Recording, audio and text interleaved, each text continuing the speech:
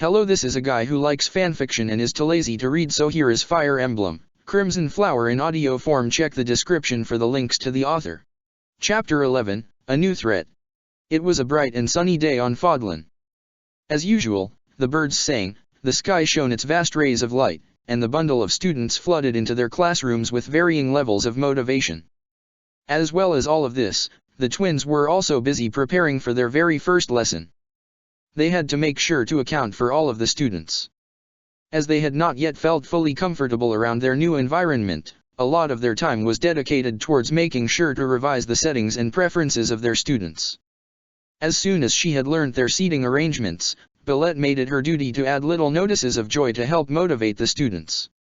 For Edelgard, it was a simple ribbon that she could use to tie her hair to her right properly. For Bernadetta, there was a small note with the message of good luck to motivate her. For Linhard, Billette had snuck in large stickers of watchful eyes on the table to hopefully creep him into not sleeping on his duties. There were many more things that had been done to ensure that each student had a high level of motivation towards their studies. However, whether any of this would work was a mystery to the twins. "Sister, are you sure that Petra is going to appreciate the fact that you gave her more books?" "Oh, relax. She seemed quite ready to learn, so I gave her something which should hopefully be helpful for translations, in case she needed help on anything. That way, we won't need to worry about speaking her language." "That seems like a sound move. Although, I do wonder about the thinking you gave for everything else." "What do you mean?" Billette began looking across everything that she had placed on each seat. "Seems all right to me. I do not trust the authenticity of your words." Before Billette could reply with her usual annoyed remark, the class had opened the door and began to take their seats. Immediately when seeing that they were about to view the fruits of her labor, Billette quickly stood in front of the class beside her brother, to impose her authority. After the class had noticed their different gifts, Dorothea was the first to speak up. "Professor Billette, we appreciate all that you do for us, but I don't exactly think it's healthy for you to care about us this much." "Oh, come on." Billette put on an annoyed face. "What gave me away?" "The fact that Professor Byleth would never do this, perhaps. Agreed." Edelgard nodded her head. "I do not exactly expect Professor Byleth to give us this sort of thing, either. Not to mention that some of our perks aren't exactly the best." Linhard was now slowly scraping away the unsettling eye stickers from the desk. "You've even upset Bernadetta. I think she's lost it. If you wanted me to stay awake, then you may as well have not reinforced my surroundings by unsettling her, and giving me these watchful eyes." In a sudden, the class looked away from their desks to see Bernadetta in a frenzy. "I knew it. Someone is here to kill me. I can smell it. This is a warning, but I'm not falling for it. Bernie Bear is also a scary bear. I bet the scoundrel is trying to get close to me. I won't fall for their fake ruse." As she was shaking her head with keen intuition, Dorothea had gotten out of her seat before Billette could interject. Rather than simply further admonishing Billette's attempt to lighten the weight felt by the students, she had placed her miniature stuffed bear beside Bernadetta, to which she instantly calmed down and smiled at the stuffed toy. "Don't forget the fact that you know not too much about us yet. I know I play the innocent girl type, but a stuffed bear is a bit much." Dorothea smiled a little as she saw Bernadetta play around with the bear. Although Ferdinand's present does suit his ignorant status. "Good job." Instantly the class stared at Ferdinand's quizzical look towards a paper crown. Whilst it was amusing at first, the class suddenly turned to Billette in curiosity of her response. "Ah, come on." Their teacher was almost wallowing in annoyance. "At least Petra's enjoying her dictionary." "I have confusion," Petra interjected. "I believe this dictionary is from the Dusker region." "I hail from Brigid. This may not be what you are seeking." At this point, Byleth had to assure his sister that she was still doing a good job. Whilst the class looked at her, Byleth finally spoke up again. "Now that we have all witnessed something that should have never passed by our normal classroom standards, it is time to continue on to our scheduled lesson." He began to take out a chalk from his desk table to write on the board in front of the class. "Would everyone please turn to page 4 for the notebook we gave you? Today is going to be a lesson based on leadership skills for commanding a battalion." Oh yeah. Belette popped herself up in the instant that she realized something mandatory to say aloud. We were informed that later on in the coming months, that you'll each be given a special set of soldiers to command in a full unit. As such, our first few lessons of the year will be based on authority skills. The class immediately began to flip to the required space on their textbooks. Whilst they had all not found any use in the items given to them by their cheery professor, each of the students began to appreciate the effort that was taken for them. As they all began to listen to the following lecture being given to them, they were all reminded of what was to happen a month from now. Soon enough, they would need to rout the bandits originally found in the Red Canyon. What were they doing there? How were they not found already? Why must they kill these people? All of these questions came into their minds, but they ignored it and continued to work. They would only worry about these issues far later, when it was actually needed. Elsewhere in Fodlan, sinister workings were taking place. In the midst of all that had happened earlier in Remire village, the bandits that were originally sent to kill the future lords of Fodlan, had managed to scamper off into the Red Canyon. It was not by their choice however, as they simply needed a place to seek refuge. The Red Canyon was never an ideal place to be. There was always something about it that had felt truly ominous. If a person were to stay in the area for a prolonged length of time, then they would begin to feel shivers erupt within their spine. With its desolate orange rocks, and a large expanse of land filled with the sight of nothingness, it had grown to be a place unoccupied by residents. The only things of note were the ruins of unknown origin littered around the edges of the area. The Knights of Sirios were strict. They stopped at nothing in response to the bandits' attempt on the students' lives, and as such, they had to hide in an unlikely area.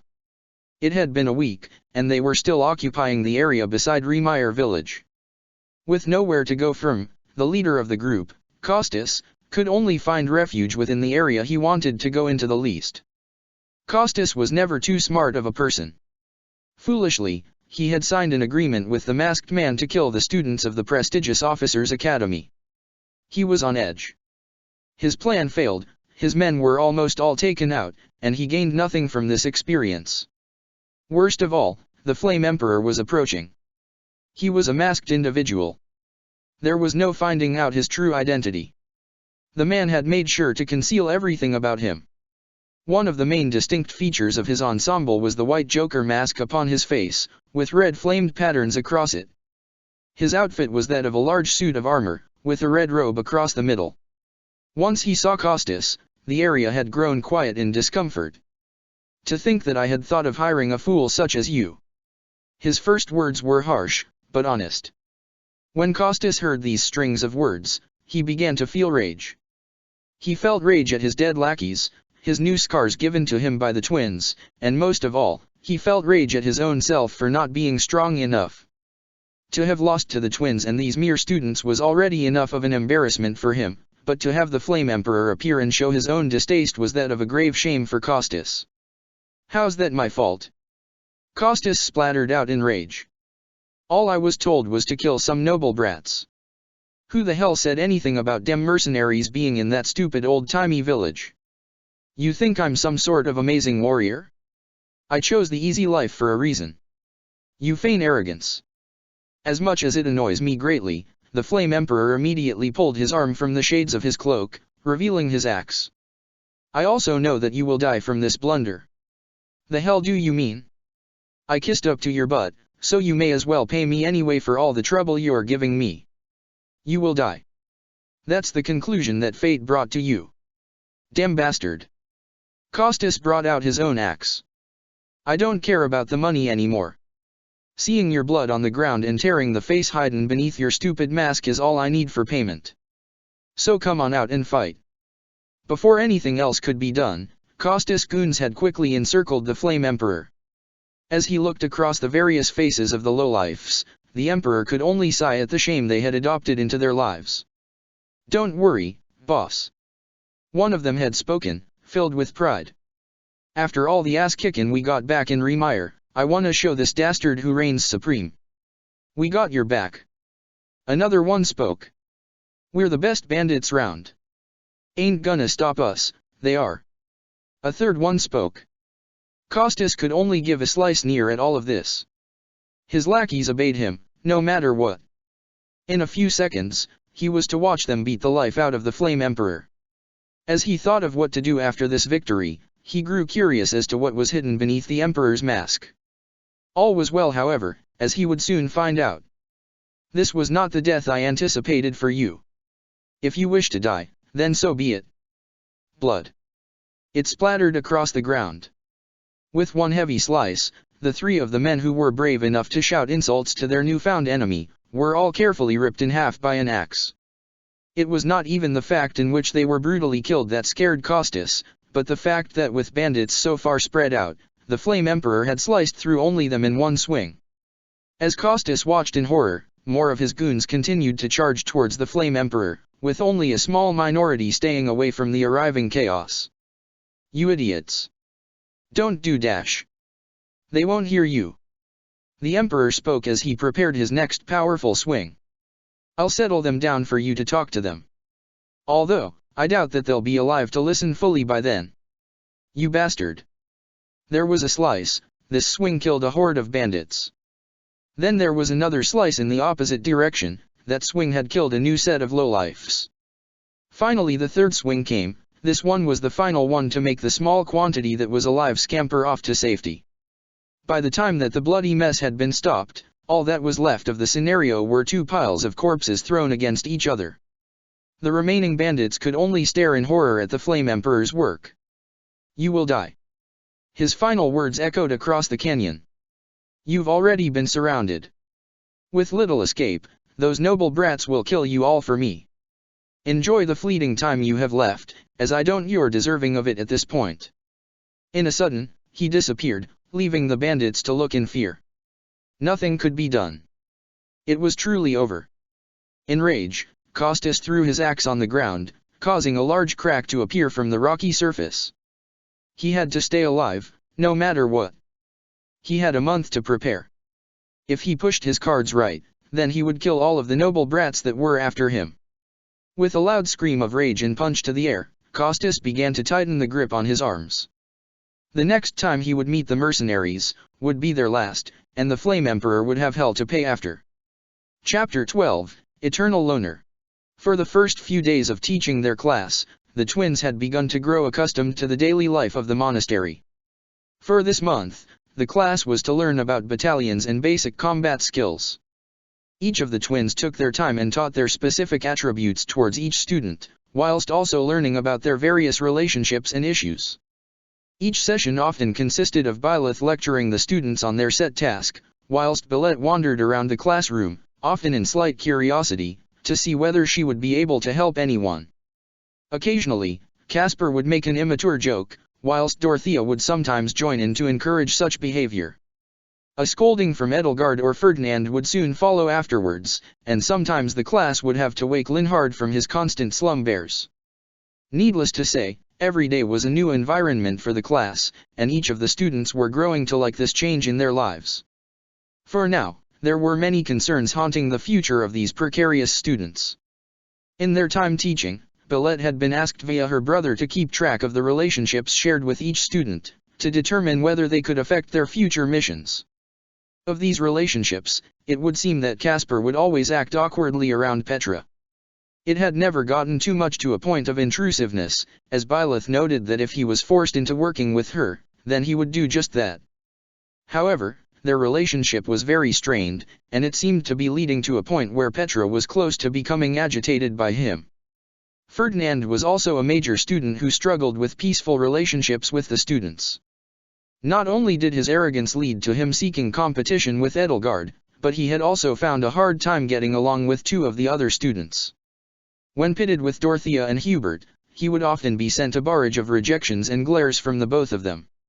Whilst it was unclear as for why Dorothea had a hard time accepting him, it was all too clear for Hubert's resentment, as the two had a hard time trying to accept each other's existence whenever he felt the need to flex his self-imposed authority over Edelgard. This, of course, did not sit well with her retainer. Perhaps the most troublesome of the students was Bernadetta. When first picking the Black Eagles, the twins had known this would be their first hurdle to cross, but it was a large one. Every day in lessons, she would quietly work to herself and leave on the instant that was allowed of her. Without even a word to any other students, Bernadetta would struggle in building relationships with her peers. When approached by Billette for tutoring, she would scamper off or turn her face into another direction. What made this inability to grow close with her was the sheer fact that she was doing well in her studies, thus making it difficult to help her in her way as an excuse to talk with her. Without any real reason to help, it seemed meaningless to talk to her, or else she would receive the wrong idea. After much observation, Byleth had noted that she seemed to be performing well academically out of fear than anything else. At first, Billette had not understood this conclusion, however after a few days of consistent research, they realized that this hypothesis may in fact be true. This was now their first priority of the year.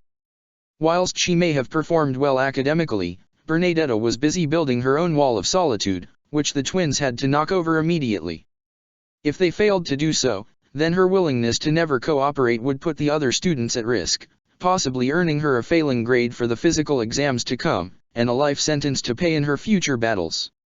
With positive attitudes, the twins waited till the first Friday to discuss their plan of action. At the end of their final lesson of the week, Billette had anxiously waited for each of the students to leave before she could talk with her brother. In utter impatience, she rushed over as the last of the students were busy packing her textbooks. As a certain student looked towards the direction of the twins, she gave a small smile at their direction before leaving. Of course, she knew what they were discussing, and had wanted to solve this issue too, but she thought it best that they do it for her first. After shutting the door to the class, Billette had plopped herself on the nearby table to speak to her brother. A bit self-indulgent to sit on those very seats, when you were the one to tell Casper to get off of them. Oh, lay off the seats. I'm tired and confused, Billette sighed to herself. I've tried this whole week to talk to her, but she keeps moving away or whimpering at my sight, no matter how nice I am to her. She does seem to be one who prefers to stay alone on a free day, but surely we should be able to use this to our advantage. Shall we brainstorm our ideas quickly? Of course. Do you want to start writing on the blackboard? Byleth gave a blank stare at his sister once she said these words. Do you believe my hands are not cramped from writing all day? Why should I not allow you to stand and write for a change? With a groan, Billette had gotten out of the table to grab the spare chalk lying on the teacher's desk. After inspecting its quality, she began to point it towards the chalkboard so that the two could brainstorm ideas. As their previous lesson had already been concluded, Billette had to take some time to wipe off the previous markings from the slate to get started on the next set of ideas. For starters, one of the only times that I am aware of us catching her attention, is when the class begins to fool around or grow louder, if they are out of our control. Before Byleth could continue, he had to quickly take a minute to suppress his dissatisfaction with seeing Billette's doodles on the whiteboard. Let us not forget those few instances where she is forced to do group activities. She talks only what is necessary, in the most highest of whimpers. Even when we train her to use her bow, it seems she rather likes to keep to herself. What about when we give her independent activities? Billette asked, still doodling away her ideas on the chalkboard, yet she still managed to speak in a serious tone. I think from what we've seen so far, she normally tends to enjoy keeping to herself. Whenever we set her something independent to work on, she begins to perform much more enthusiastically than with everyone else. This is quite the predicament that we brought ourselves upon. There was an awkward silence that had shifted its way into the room as Byleth said this. In this period of time, the twins were frantically attempting to come up with more ways to explain these past occurrences and fix their newfound issue, however they had already stated all that was needed of them. With the somewhat loud tapping of the desk by Byleth, and the twizzle of the hair via Billette, the two had each begun to start their own trance of thought.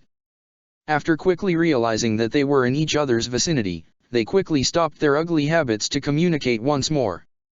Can you think of anything so far? Not a clue. Now the twins were aching for answers. With the quiet silence of the room making its grand return, the twins decided to simply embrace this scenario and think to themselves.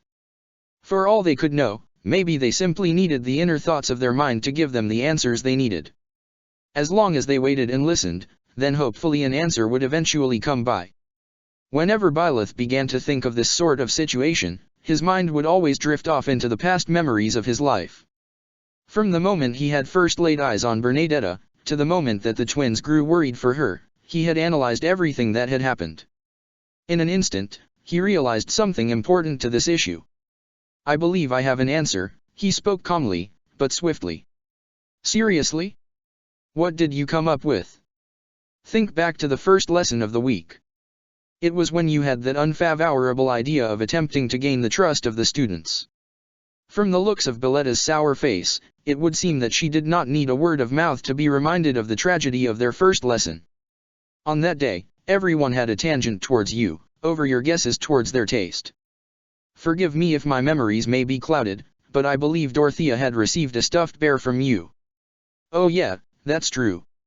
Instantly, the two thought back to the very moment of that lesson, to then remember how Dorothea had disposed of her unwanted present. Oh yeah, didn't she give the bear to Bernadetta?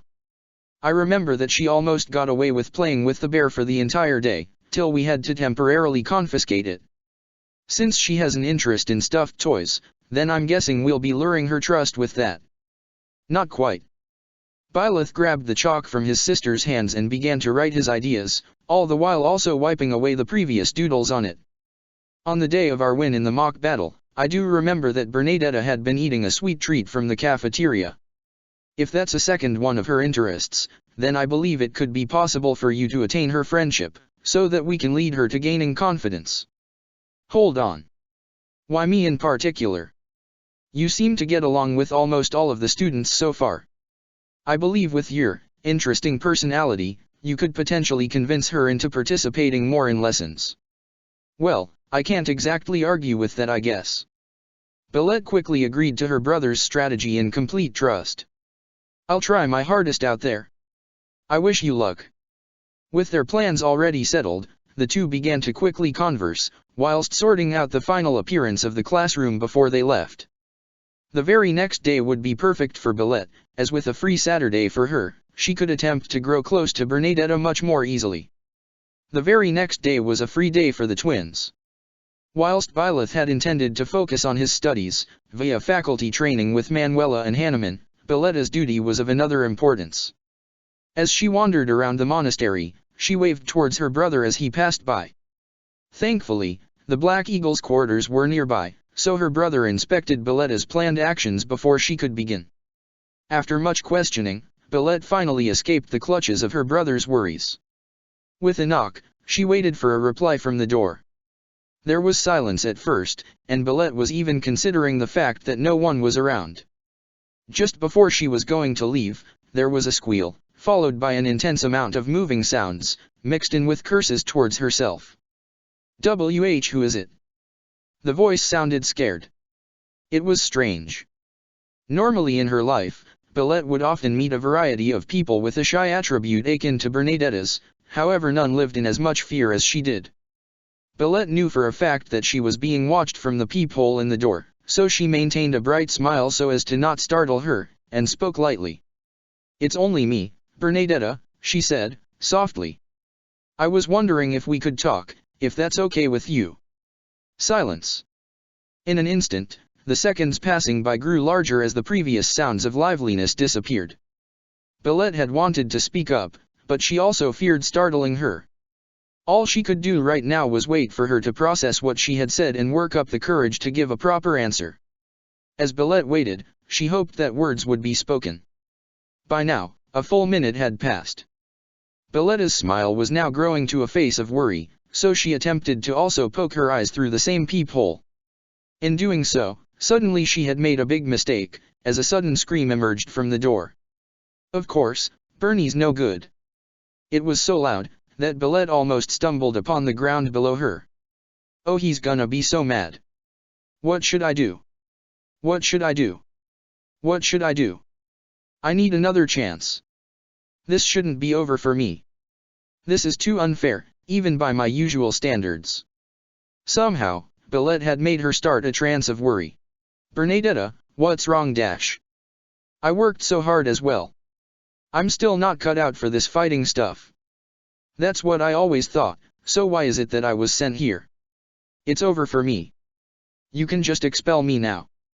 I know I'm worthless, so just get it over with, and you'll never see me wander these Supreme Academy grounds again. Immediately after her burst of worry came, it was washed over with something far worse.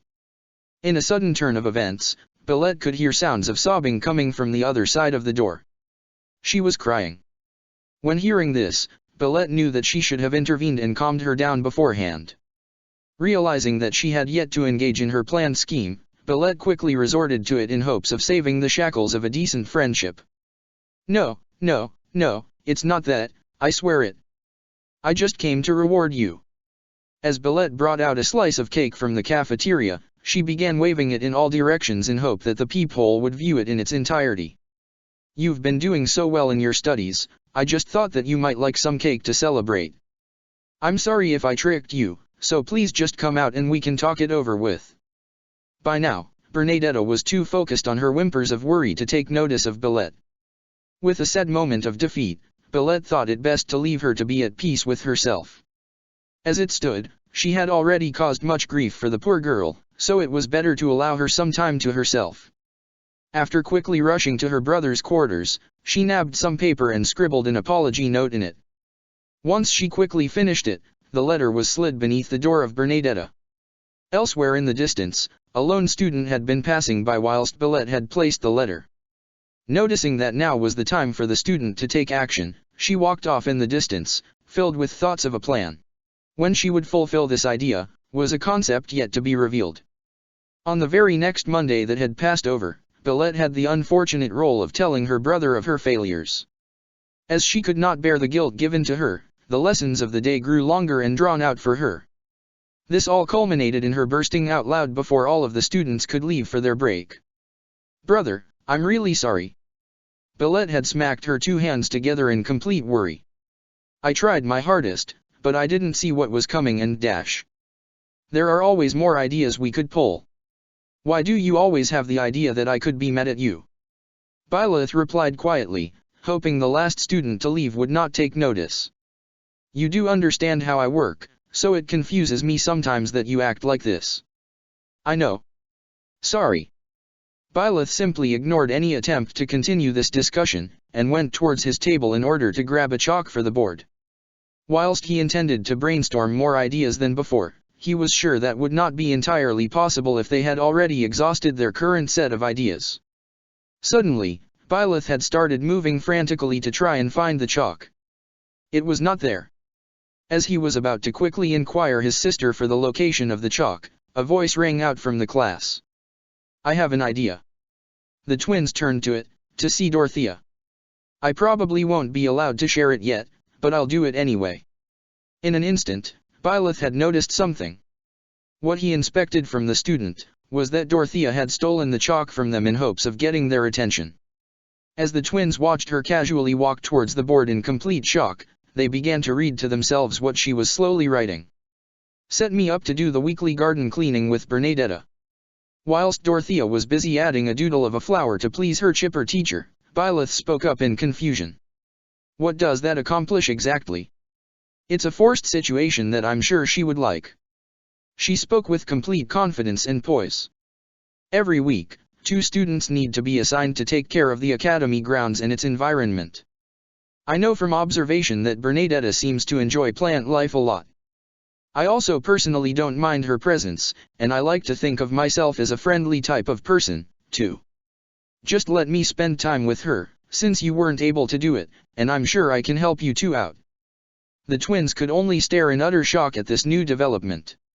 Somehow, Dorothea had managed to observe everything that had been going on and calculate her cause of action.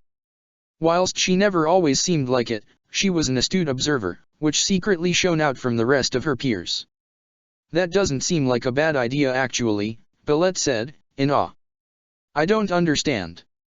Byleth, however, was more skeptical than most. "What are your intentions with her? Why are you offering to help? Are you a dummy?" "I'm not doing this out of responsibility, like you two. There's only one thing and one thing only I want." Dorothea smiled to herself. "And that's a friend. Most of my interactions here consist of me trying to vie for attention by some nobleman of status, anyway, so I need a break from it all. Besides, Bern seems like she could use some help." In seeing that her intentions were mostly pure-hearted and innocent, Byleth conceded. I will have to talk to Seath about our arrangements and get you two changed for that duty. I hope you will not disappoint. I won't, but I'm happy to see that you're so enthusiastic about my plan. Just remember that if anything, I didn't come to this academy to be dissatisfied with myself, so don't worry your pretty little head. With a simple smirk to herself, Dorothea carried her textbooks within her arms and left towards the door. The twins watched her as she left. Whilst she seemed to have suspicious intentions, they could also feel as if she was an honest person. Whatever the situation would turn into, they had to place their trust in her. Much to their surprise, Bernadetta was actually ecstatic to hear of her new duty. In having an affinity for plant life herself, she had been jumping with excitement to herself in her room. As students were allowed to participate in their weekly duties early if their work was too large, Bernadetta had spent the following Wednesday observing the plants. It was always peaceful to be in the greenhouse of the monastery. As her room was very near the location, she simply needed to take a short walk to reach it. The best part about seeing the plant life early, was that if she worked diligently at this point, then she could avoid seeing Dorothea later on in the week. It was not that she hated her, but Bernadetta was also envious of her. Whatever she lacked, Dorothea shined in, and it had slowly been eating away within her consciousness. Before regrouping and sorting the plants, Bernadetta took some time to mumble to herself in the heat of the rays of light. Now that I think of it, these plants made me forget completely what happened on Saturday, oh no. She began slapping her cheeks in embarrassment. Of course Bernie had to assume she was going to expel me. I'm glad that Professor Billette is so nice, though, but I just don't know how to reply anymore. And then there's the fact that she brought Dorothea into my duties. I'd be happy to organize the planties by myself, too. She's way out of my league. Tall, smart, pretty, confident, charming, I don't have anything to say that could be bad about Dorothea dash. A voice interrupted her line of thought. Ah, Bern, I'm flattered. There was a quick scream, and then a jolt, as Bernadetta had jumped up in shock. When she turned around, she would find Dorothea hiding behind the leaves of the plants. Whilst it was most likely an attempt at a harmless joke, Dorothea could not resist the urge to comment on her mumbling. Gah, you heard me? You shouldn't look down on yourself too much, Dorothea assured her. She emerged from the leaves of the large plant. Let's see, you're cute, small, very innocent, and I'd go as far as to say that you have a certain look that I could only dream of against anyone I fancy. What do you know? Bernie's just no good. You say all this about me, but I haven't made any friends here yet dash. You haven't exactly given me much opportunity to speak to you, Dorothea chuckled. How about it, then? Be my friend, and I'll let you in on not only my upsides, but my downsides, too. When being offered this new person to enter her life, Bernadetta could not help but smile at the thought of it all. For the first month of her school life, she had admired Dorothea from afar, whilst also hoping to talk with her. Despite being in the same class, she was far too shy to initiate conversation. When realizing that this was her opportunity, she spoke up again. All right. I'm gonna do it. Bernadetta began to hold her breath in a new wave of small confidence. Dorothea, will you be my free dash? Images. Memories. Haunting flashes of light. It all came pouring into Bernadetta. In a sudden, she remembered his words, she remembered how he had never approved of them. They were always looked down on in his eyes, and the last time that she was friends with one, Bernadetta had to pay a large toll for it all. Dorothea was not only amazing in every aspect, but was also a kind-hearted person. She could not stand endangering her. What's wrong? You cut yourself off there, Bern. You're a commoner. Suddenly all emotion had escaped her as she repeated his prior words.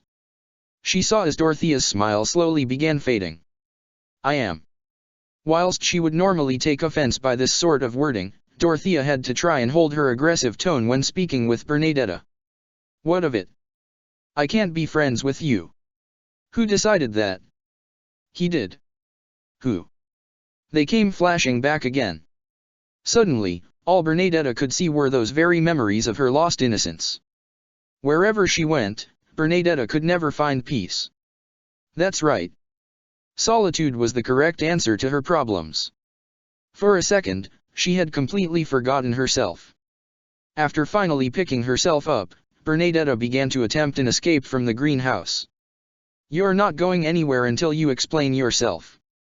Dorothea had grabbed her arm, and this time her sweet demeanor had completely faded from her face. "Normally, I'd feel angry over someone mentioning that I was lower than them so bluntly, but I'm feeling nice today.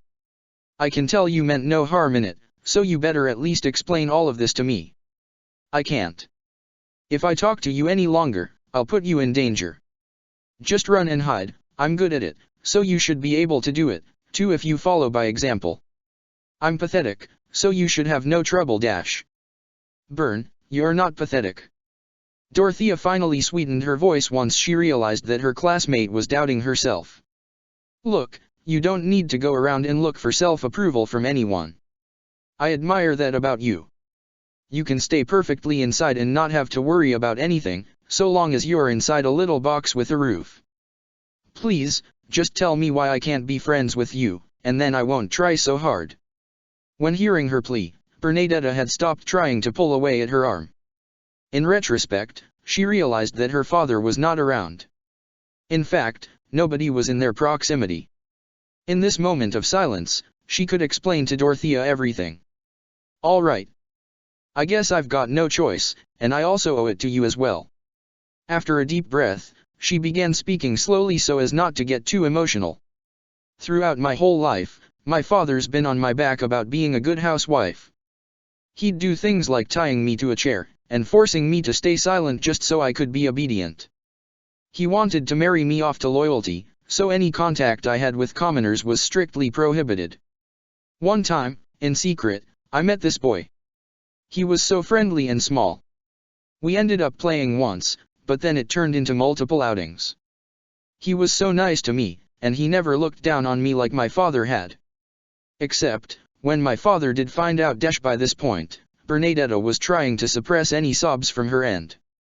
He sent out some guards to kill him. I only saw a bit of it, but even now, I feel horrible that I ended up potentially being the cause for his death. Dorothea, please." Tears were now rolling across her face. "Please don't become my friend. You're so amazing, and I don't want to see you go. Please, I beg you.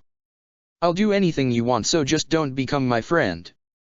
As Bernadetta began crying to herself without a care for the person in front of her, Dorothea had pushed her friend towards her in a hug and attempted to slowly comfort her. In all of her life, Dorothea had seen the worst of nobles. She never enjoyed their behavior, but to see that they had even affected their own children had brought anger to her. Nevertheless, it finally made sense as to Bernadetta's behavioral patterns. From guessing the rest of the story, Dorothea could assume that Bernadetta found peace by herself, just so she could escape what she thought was a cruel society.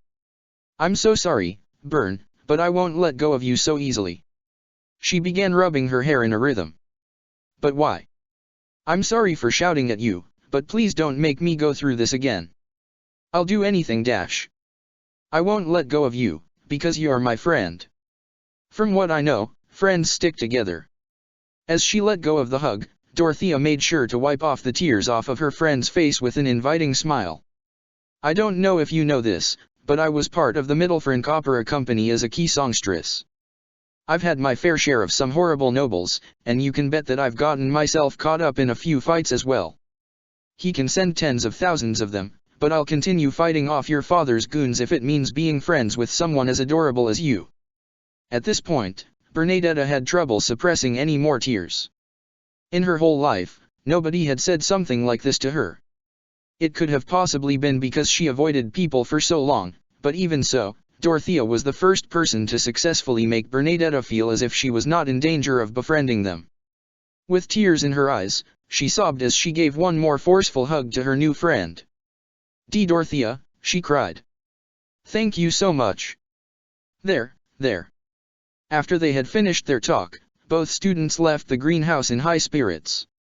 They had not yet gotten their weekly chore sorted, but with the knowledge that they could work together another day, both of them felt a sense of hope and pleasure in this fact.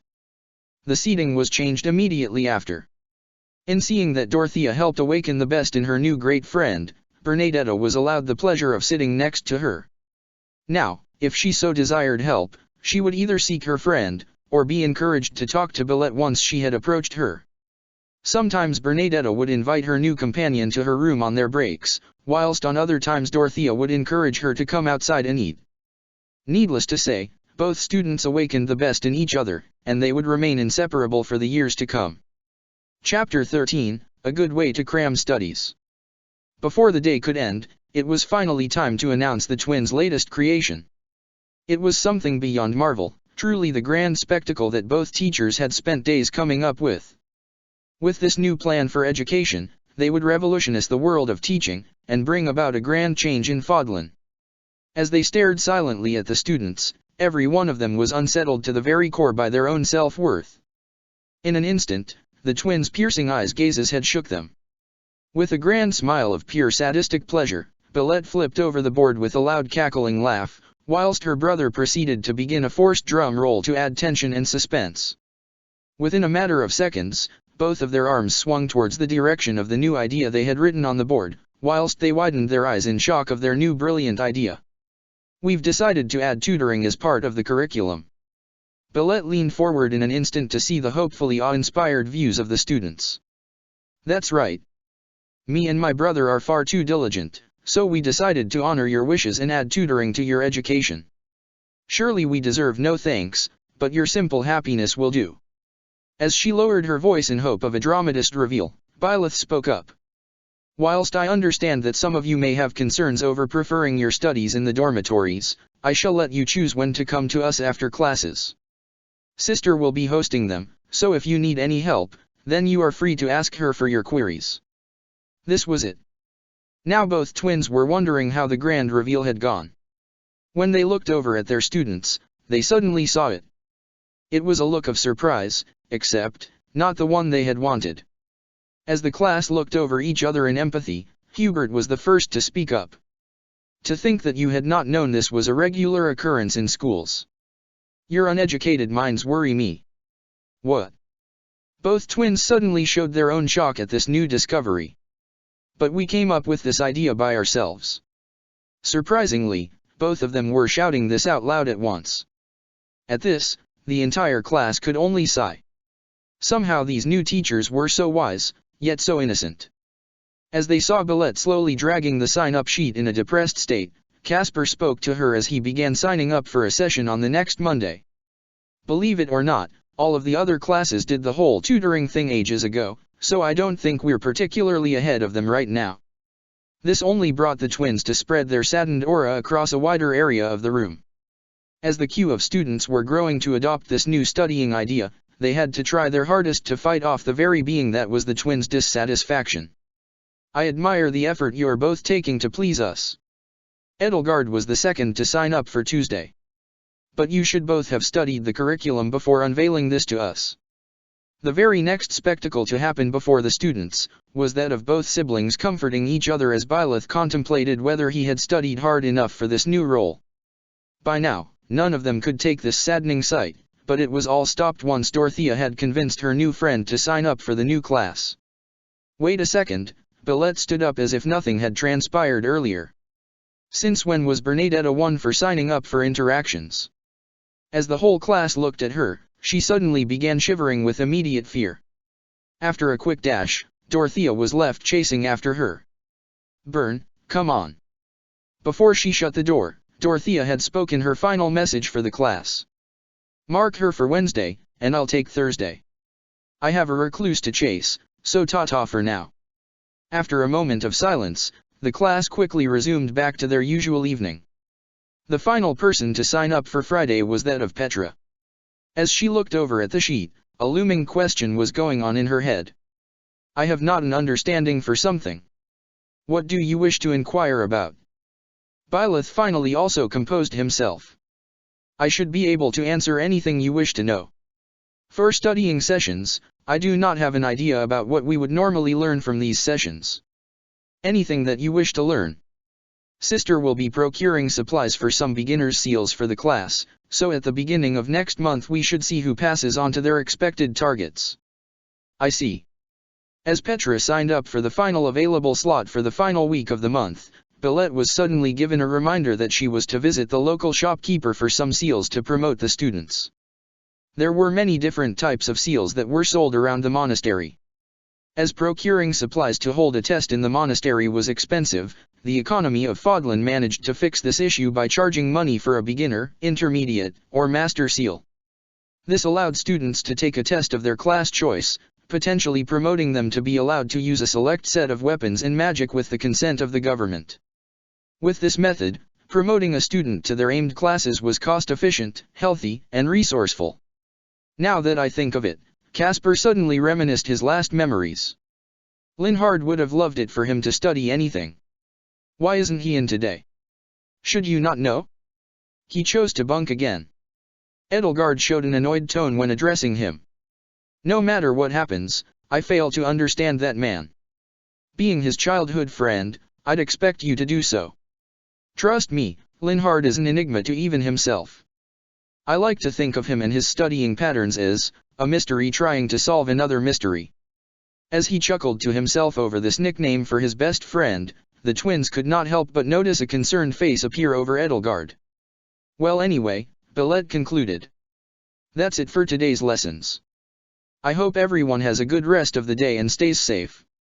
As the class felt relief for the end of their class, they had all begun to take their leave.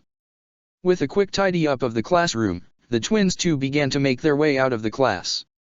With the final week approaching of their studies before their first mission, the twins finally managed to scavenge time to visit their father.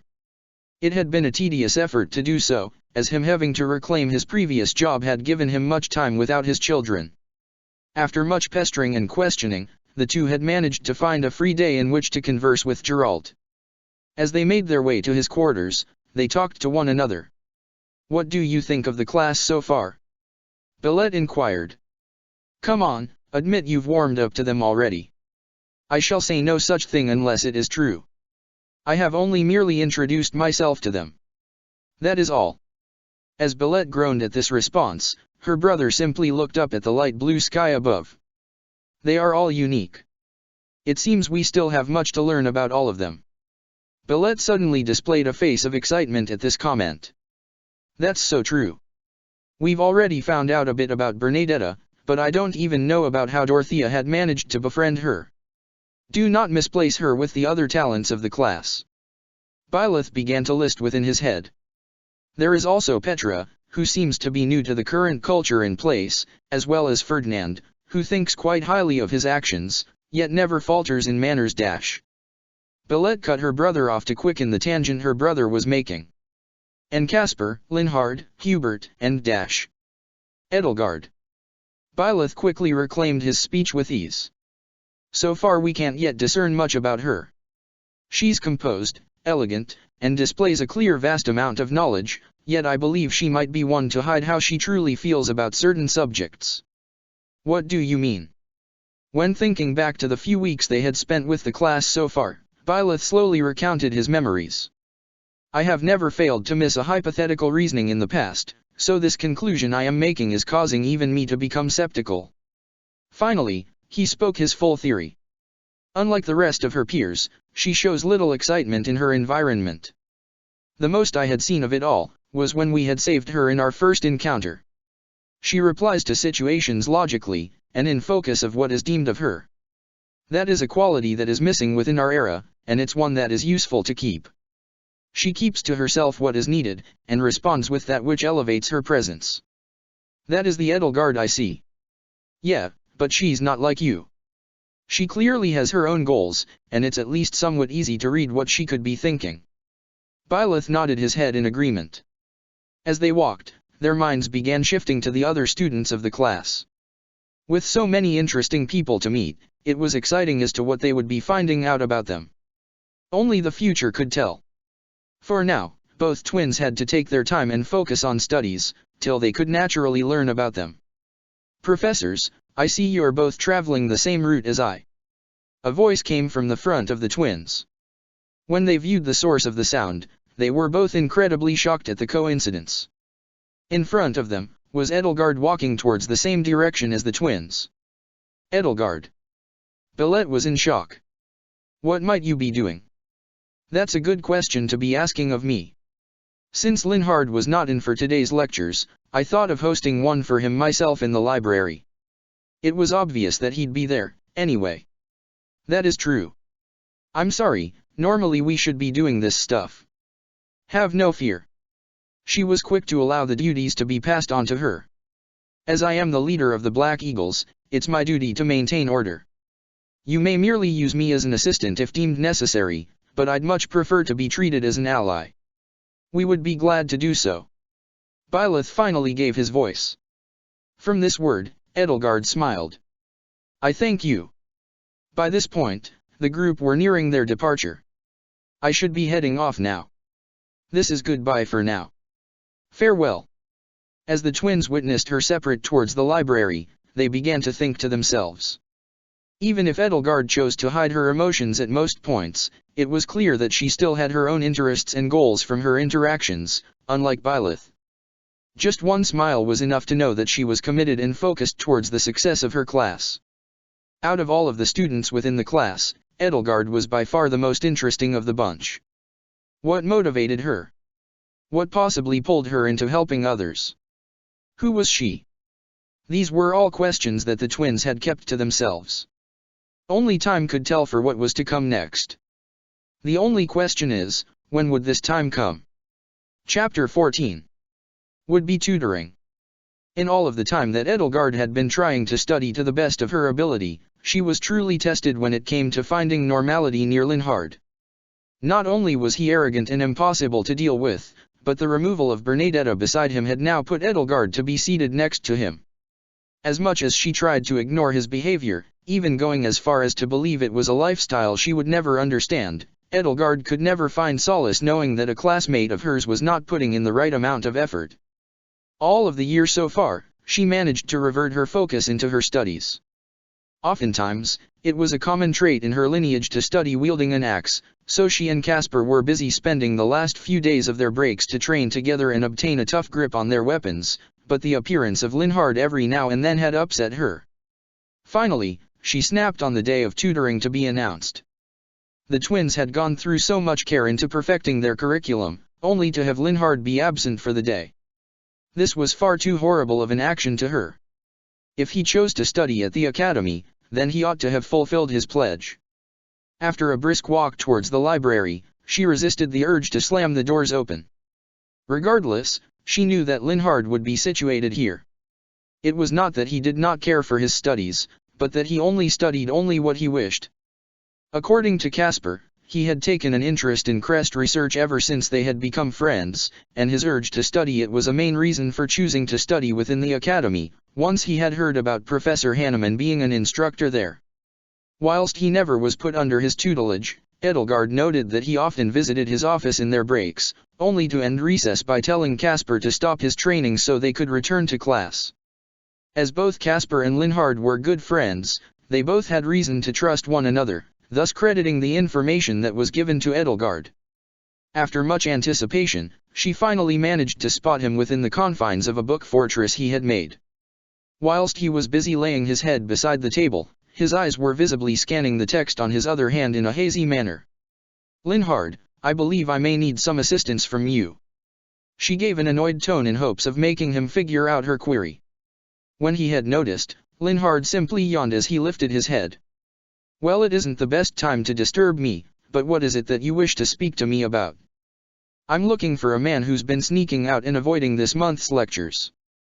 He has green, sloppy hair, and frankly seems to be extremely arrogant in his studies. Well, congratulations, I believe you've found him, Linhard replied, finding slight amusement in his response. Good, I need to speak with this person for a second, so please don't mind me when I begin to do what is about to transpire. As Edelgard shifted a seat next to him, she made an outright effort to push all of the books aside, and then proceeded to inspect the book that Linhard was currently reading, only to take out the bookmark and throw it aside after remembering the page it originally went in. Hopefully, the illusion of his page being lost would have made Linhard take notice of her serious demeanor. Hey, I was studying that dash. Is this not okay? I thought that with the extra time that you're giving yourself, you'd have plenty of time to find where you originally were. When receiving this reply, Linhard now straightened his face. Okay, I'm starting to gather that you're angry towards me. It isn't my fault, though.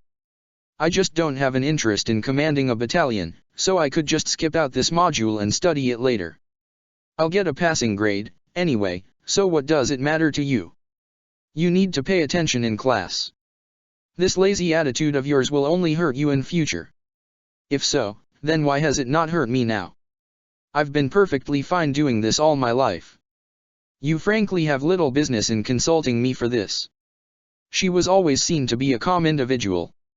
Edelgard knew that as the house leader of the Black Eagles, it would be improper to fight back with anger. Noticing that it would take more than a scolding to teach her peer a lesson, she put the bookmark back on the page it originally resided within, and faced Linhard with a straight face also.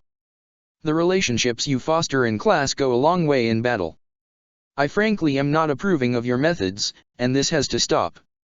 Does the nobility in the Empire always stick their nose where it shouldn't be? Excuse me. At this question, Edelgard suddenly felt confused at this insult. Since when have I been doing this behavior to you before? I was sure that all this time, I had made sure not to annoy you. Your little servant, Hubert, had the issue with Caspar, over his battle cries. After snatching the book from Edelgard, he flipped back to the previous page of the text. Not many things make me laugh, but when he told me that, I almost managed a giggle. At best, that preposterous happening had put me in a good mood.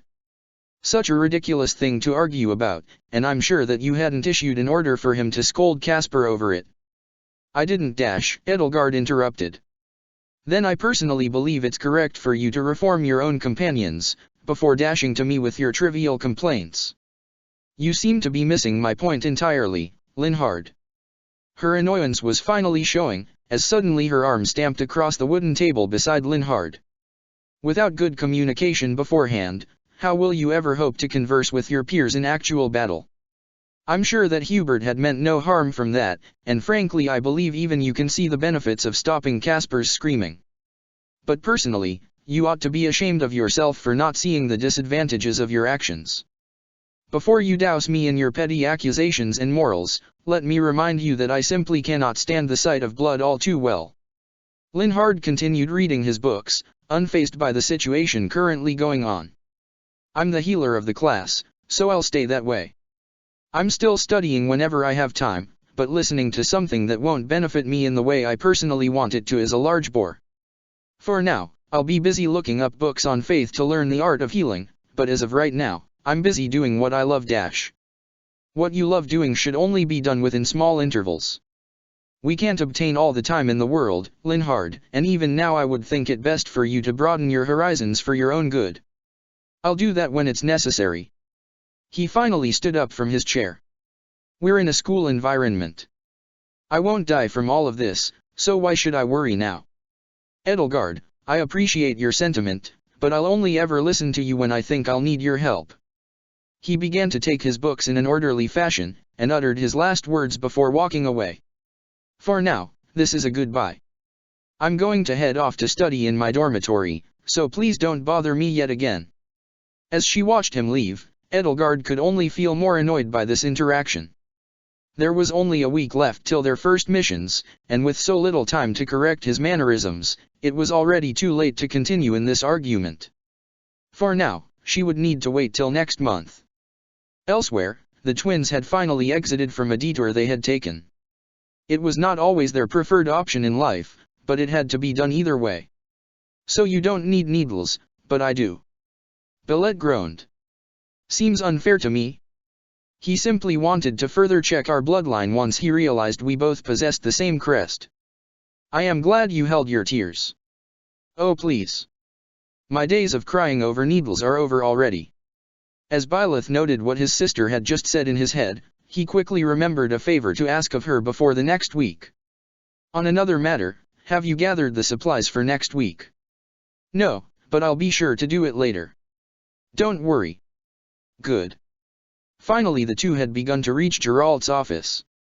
With a knock on the door, both twins were happy to see their father appear from the swing of the door. With a gentle smile, he ushered them into the room. Are you two adjusting to it all? I know being a teacher isn't exactly the most amazing thing you could be doing with your time right now. Father, I'm enjoying it all. Billet was the first to speak. It's all so new, and the students are so talented and unique. At this response, Byleth had to add towards his sister's answer. She may be right, but I have simply been progressing as I should. There is little for me to be worrying about as of now. However, I would be lying if I did not say that I did not learn anything from the experiences so far. Somehow, I could have sworn I had predicted those answers to come out of you both. As Gerald turned away from his children, he walked towards the lone desk at the back of his room, and pulled the drawer from the back of it. What came out directly after, was that of sweet treats for his daughter. After passing it to her, Billet smiled happily and began munching on them immediately. I'll give the spares to your brother for now. I've heard that they could be used if you want to get the students to like you, so go crazy with the gifting. I thank you, Father. Byleth reached his hand to receive the snack being handed to him. As Gerald closed his desk, he immediately looked over at both of the mixed reactions from his children. It was clear from just their simple facial expressions, that they were extremely different towards one another. Whilst Billet had munched on her treats without so much as a second thought, Byleth saw them as a means to future success. Ever since they were born, the two had always been so different from each other. Listen, it's time we talk about something important. Gerald sat down on his desk chair in hopes of gaining authority in the room, to which the twins answered with full focus towards him. Obviously, there's still a lot I need to tell you all, but for now I'll keep it simple since I don't have a lot of time till work starts again. What's wrong, Father? Billet peered curiously. How might we be of service? Byleth answered with little worry. Nothing too important, don't worry, but those students. He immediately thought back to the day in which the twins took charge of the Black Eagles. Next week, they're going on a proper mission. Those are the kinds of missions that we're all normally used to, the ones you could lose your life in. When it finally settled on the twins about the gravity of this warning, the sight of Billet dropping her sweets had occurred. If any of them die, it's on your head. I don't condone messing up, because in the academy, parents send their children with full knowledge that their lives are in danger. Only you two will be able to atone for their deaths, because after all, you're then ones commanding them. Gerald should have normally gone more into detail, but even he too despised doing so. Noticing that his children had realized the situation, he simply let the silence of the room fill the atmosphere. As usual, their faces were readable. Byleth was still composed. He clearly had full knowledge of this piece of information beforehand, leading to him showing little in terms of gratitude for the warning. Instead, he had turned his head to Billet. She was clearly not doing well. Her smile had cleared, and instead she was beginning to have a fierce battle with her resolve to continue teaching at this moment. The students she had bonded so well with, were the ones who joked with her, praised her, trained with her, and learned from her. Their lives would all be in danger. But we worked so hard, she muttered silently at this moment. I spent all this time getting Bernadetta to participate more, and then we saw the good side of Dorothea. We won the mock battle from our training, and we even had fun making light of our inability to grasp the education system. I don't want them to dash. We'll be commanding them, sister. They will not die, especially if they are under our watch. He already had a lot of experience in dealing with her increasingly worrisome anxiety. With those perfectly timed words, Byleth disabled her defenses and put her back to silence. After a while, Billet picked up her sweets, and forced herself to make a gentle smile. I'm sorry for worrying you. He could tell she was still worried. They won't die, because we won't let them. I'm sure of it. Both Gerald and Byleth were not yet convinced. Billet, it's going to be okay. I know, Father. Don't worry. I'm sorry for worrying you. In a sudden twist of their meeting, Billet began walking backward towards the door. I need to head out for a bit. Brother told me about getting the supplies for later, so I think I should do just that. I'll see you two later. As they both heard the footsteps of Billet disappear off into the distance, silence had once again filled the room. After a minute of this had passed, Byleth felt the need to shut the door which had been opened beforehand. You know what I'm going to ask, don't you? Gerald did not bother looking at his son when asking this. "I won't be able to do it, so I'll leave it to you to reassure her." Rather than replying back to assure him, Byleth simply faced his father's direction and stared towards him. Even if both of them were struggling to understand the gravity of the situation, they knew that Byleth's reaction to this news was completely reasonable. The very same students that Byleth had commanded in the mock battle, had a set chance of dying depending on how they taught them in this month. Byleth knew that it was a large issue, but he felt no emotion. He knew that he should have been feeling it at this moment, but he was not doing so. Normally, one would expect him to feel frustration at this, but that was not possible for Byleth either. He always asked himself, why was he like this? How is it possible for his sister to feel such sympathy for others, but for him to not do so as well? Was it a normal thing to do? These were his own issues to face, but they never bothered him either. The only reason he cared for these mysteries was only due to how others around him had done so. All their life, the twins had always been forced to deal with the difficulties of their emotions. Whilst it never seemed like it, both of them suffered through it. It would only be till much later in their lives, that they would end up finding the reason for their problems. Chapter 15, A Looming Deadline. Much to their surprise, almost a full month had passed during the twins' new life as teachers. Already, they had interacted with almost half of the class and found out little hints on their actual lives. Of course, they did not have time to find out everything fully, but they forged more than enough of a relationship to help with this month's mission. As long as the twins could command their new class correctly and appropriately, then victory would be close within their own grasp. So far, the twins had managed to interact with Edelgard, Dorothea, Bernadetta, and Linhard to a satisfactory level. They both knew how they would usually act around people, but what fueled their actions was what they were yet to notice. Since they had introduced tutoring towards the final week of the month, most of those students were the first to sign up, so that they could cram in extra knowledge before the esteemed day. Sadly for Byleth, she could not yet bond enough with everyone when tutoring them. They were much too focused on their studies, and in hopes of not disrupting their progress, she did as she was asked of them. When tutoring Bernadetta, however, Byleth did manage a small conversation. It was not much, but it was a reminder showing the conclusion to her previous actions. As soon as the session had started, Byleth knew from instinct how to approach her. Thankfully, her brother had asked Dorothea to convince her of this beforehand, but to stay on the safe side, Byleth had made several small changes to the room in preparation. The studying chair had been pushed back to allow her space, a friendly smiling face was drawn across the board, and a pot of flowers had been placed on the desk. Much to Byletta's dismay, Bernadetta had ignored all of this when she came into the room. She tried her hardest to look towards the direction of her teacher. It was an odd occurrence, but there was an obvious hint that she was forcing herself to do so. Finally, before she sat on her seat, Bernadetta started off the tutoring session by her own speech. Dorothea asked me if I could please attend this session, so I said yes. Finally, she took notice of the 3 things layered out for her, and her voice calmed itself immediately. I finally realize now that you didn't mean anything earlier, so I've been trying to fight my anxiety to talk to you. I just wanted to say thank you for assigning me with Dorothea that day, and for the apology letter, as well as the cake. It means a lot to me, so I'll try and put in the effort you had done for my benefit. I'll improve my grades, not for my family's expectation, but because I want to make it up to you. Instantly, this chain of words brought a smile to Byletta's face. Thank you, Bernadetta.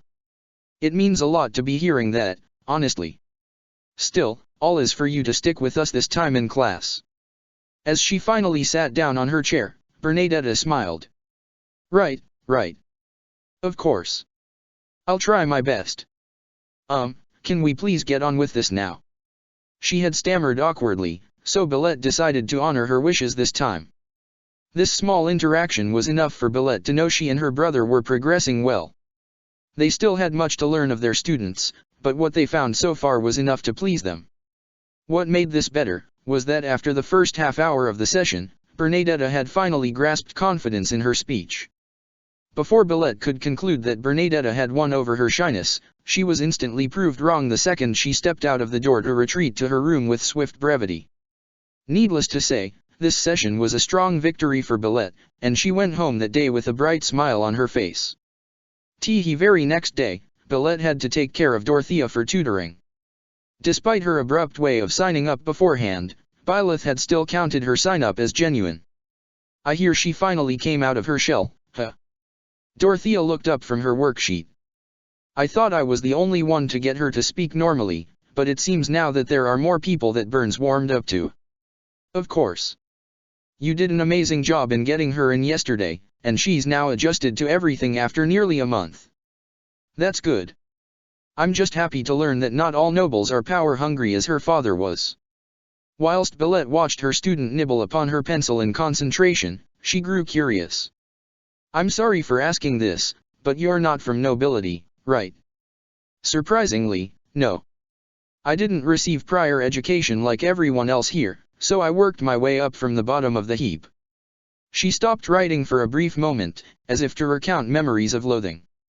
But anyway, that's much too grim a story to recall, so I'd rather not delve too deeply into it all. You'll do us both a favor by not exploring it. Billette could see a face of relatability from Dorothea. She wanted to speak up, but also had decided against it. As time passed, she realized that now was the time for teaching, and not bonding. In quickly changing her resolve, Billette leaned over towards the sheet, and began to give instructions for help on the worksheet. In terms of magic within Fodlan, there were two types. Both of them were separately known as reason and faith. Whilst reason primarily focused on the dark arts and black magic, faith focused more on learning about the teachings of Sirios to harness light magic, which was useful for healing. Dorothea was never one for the religious aspects of Fodlan. Her reasoning to it all was ambiguous, but she clearly showed hesitation when it was mentioned around her. Regardless, Billette decided that now was an opportune time to learn a small amount of it. Even if it was her weakest subject, Billette carefully made questions that she was sure to find a fair challenge. Finally, after much writing, she decided to test the strengths of her newfound knowledge. You prepared for a mini-test? Billette took out a pen from the drawer of her desk. I'm not exactly ready per se, but we'll see, I suppose. All right then. With little hesitation, Billette used the sharp end on her pen to stab her finger, causing blood to gush from it. She winced slightly, but ignored it for the sake of her student. Don't worry about me, I've handled this sort of pain before. Just focus on healing it for me. Immediately, she showed hesitation when looking at the wound. As the blood from Billette's finger trickled downwards, a small drop had managed to hit the ground. Finally, out of concern for her teacher, Dorothea stood up and readied her hands. With a sigh of hesitation, a green glow appeared from her palms. If I may, would you mind me instructing you whilst you heal me, or would you prefer silence? Billette asked. I'm up for a challenge, so go ahead and speak. Billette saw her cocky attitude immediately and smirked. According to the texts, the subject of healing heavily relies on your personal faith towards the teachings of Sirios. If you're a strong believer, then this should prove no challenge. It's all down to your personal beliefs, but learning the art of healing should hopefully prove useful in future if you're up to it. Only one issue with that, sadly. Dorothea was now showing some difficulty in her efforts. And that's the fact that I just can't bring myself to believe in Sirios, because when I wanted her help the most, she dash. Her explanation was cut off with a large breath of fatigue. She found herself letting go of her concentration, and the failure of her assessment was marked via the blood continuing to flow down Billette's finger. Rather than forcing her towards studying further, Billette instead simply got a bandage from the drawer and began treating her mild wound. It's nothing to worry about if you can't heal a few wounds. But if you don't mind, I want to be nosy for a bit. You shouldn't feel pressured to spill it all out at once, but if you can, then why is it that you struggle with the goddess teachings? Silence had filled the room when Billette said this. Whilst Dorothea had not seemed to be upset by her teacher's words, it was clear she wanted to say something. After a brief moment of waiting, she spoke. When I wanted the help of Sirios most, she never came. Dorothea returned back to her seat. It's nothing to cause too much concern, but I may as well give my sorry to you before it's too late. I used to live a life filled with misfortune at one point. Of course I don't live it now, but because of it, I don't want to blindly follow the teachings of the goddess that did nothing for me. I just find it difficult to accept things as they are. That's all. Billet suddenly felt embarrassed by not accounting for her earlier hesitation. I'm sorry. If it makes you more comfortable, we don't need to visit this dash. No, it's fine. Honestly, you and your brother have done a lot for us. Bernadetta wanted to do this too, but I want to express my gratitude. I'm going to learn faith in my spare study time, so don't bother fretting over me. Billet felt relieved by this comment. After a few more minutes of studying left, they had both bid farewell to one another. Yet another day had passed of tutoring, and another day of good compliments had come their way. Whilst she had yet to tell her brother of all of their high praise, Billet was almost tempted to keep the good news towards herself. A few days had passed, and whilst normally the following weekend would have been treated as a free day for everyone to rest, the twins had thought of organizing a training session within the fields with everyone. As they had yet to learn of all of the strengths for all of the students, Byleth thought it best to teach the individuals who had not participated in the mock battle. This of course, left Billet with handling the other 5 students. After requesting some of the knights to spar with a majority of them, Billet had begun a fierce fight with Ferdinand. Normally, a sword would have proved weak against lances. With their long range and light weight, lances were often seen to be superior against a traditional sword, due to the difficulty of doing a frontal attack against a lance. However, Billet was truly testing the strength of Ferdinand's with her swift strikes. When swiftly edging his weapon towards Biletta's lower area, she used this chance to land her foot atop the weapon, rendering it useless.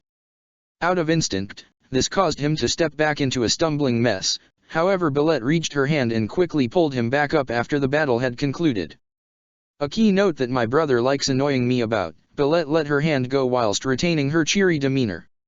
If your weapon is taken away from you, it never hurts to fight without a weapon. Sometimes a fist can do just as much damage. I had yet to think of this sooner. I thank you for your support. Ferdinand picked back his weapon. I think it would be best that we continue. That's true. You go for the first strike. Very well. Do not be fooled by my previous efforts. I shall succeed in my future attempts. I look forward to it. As Ferdinand continued his assault with his preferred weapon, Billet swiftly dodged each of them. So far, he had shown an adequate set of movements when wielding his weapon, so Billet thought it best to use little in terms of advanced movement. To challenge herself, she refrained from backflips, aerial swings, and any form of fighting with her hands. She still occasionally deceived him by pulling forced facial expressions to lure Ferdinand into his demise, but eventually, he had subconsciously been taught not to be fooled by these combat techniques. After much effort, both student and teacher had collapsed on the grass below them. When looking up at the bright sky above, both entities could not help but feel relieved at this situation. There was an odd gratifying simplicity from this sort of environment. As they watched the clouds make their painfully slow journey across the world, Billet thought it a good opportunity to find out more of Ferdinand. You're a noble, right? Of course. Ferdinand was still breathing heavily from their training session. I do hope my mannerisms and etiquette managed to show that, but I am always glad to learn of my shortcomings. Improvement is a must for the Eger family dash. No, I just have a question about all of this.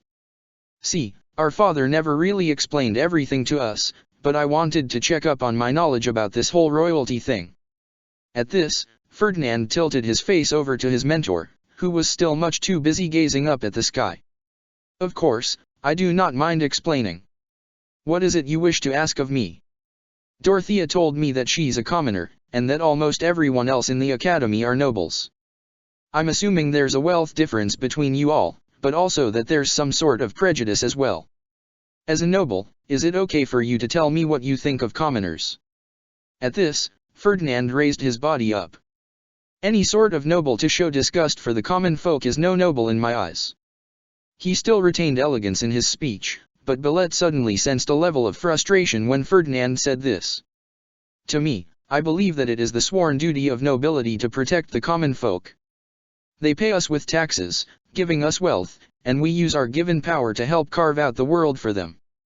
That is how I view it, but I believe others have a most foul opinion of it all, and over time, a stigma has arisen as some of our people abuse their privileges.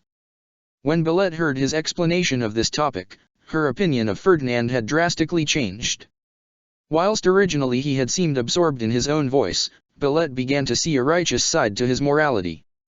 Upon viewing this as admirable, she realized that Ferdinand seemed like the type of person who welcomed debate. "I find your morality and maturity to be refreshing. Of course, I'll research this in detail later, but I like the answer you gave." As she too got up from the grass, she noticed Ferdinand's grin slightly with pride. "What I don't get though, is with all of these hopeful views, how is it that Dorothea and you don't get along? I admit, I am still yet to solve that mystery to add towards my findings. But she had told me in the first month we had been in the academy, that I was like a bee." "A bee?" Billet thought up a childish image in her head, but then quickly faced Ferdinand again for details. "What does she mean? I am not quite knowing of it myself, but she says I should be able to figure it all out soon. For now, she has much disapproval with anything I do." "Oh, I see." Billet searched her mind, in hopes of assisting her student. "I don't think I can recall anything that relates to you being a bee exactly dash. See, even you are not understanding of it." Ferdinand gleamed. "Nevertheless, I vowed to her that I would figure it out before graduation. Would you like any help?" "No, no," Ferdinand responded. "I believe Dorothea sees this as a journey of self-discovery. I shall try to learn of her meaning, but it is nothing to fret too greatly over." He gave a prideful laugh. "Meanwhile, I need to better myself against Edelgard, so that I can prove she is inferior to me. Would you care for another sparring session?" Billet awkwardly laughed at his last comment, but chose to ignore it. A lesson in controlling his ego would be far too drawn out, and she did not know the full story herself. Changing topics, she entertained Ferdinand's request. Gladly. As the two began to ready their weapons once more, a fierce training session began once more. This was the final weekend before their monthly mission was to start. By now, what they had done was all they could achieve. The next few days that were to pass, were about to become a true test of their abilities. Check the description for the links to the author.